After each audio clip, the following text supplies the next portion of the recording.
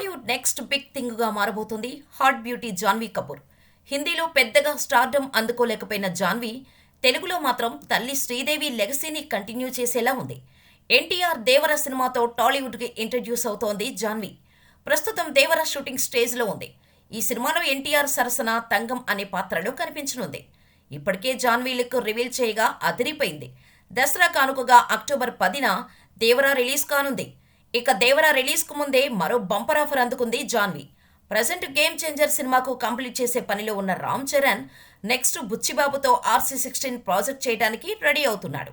Summer నుంచి RC16 sets పైకి తీసుకెళ్లడానికి ప్లాన్ చేస్తున్నారు. ప్రస్తుతం ఈ సినిమా కోసం ఆడిషన్స్ జరుగుతున్నాయి. అయితే ఈ సినిమా హీరోయిన్ విషయంలోనే క్లారిటీ రావటం లేదు.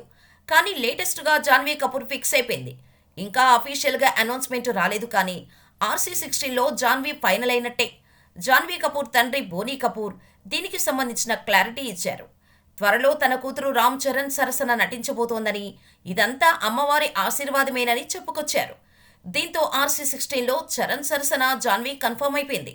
త్వరలోనే అనౌన్స్మెంట్ వచ్చే ఛాన్స్ ఉంది.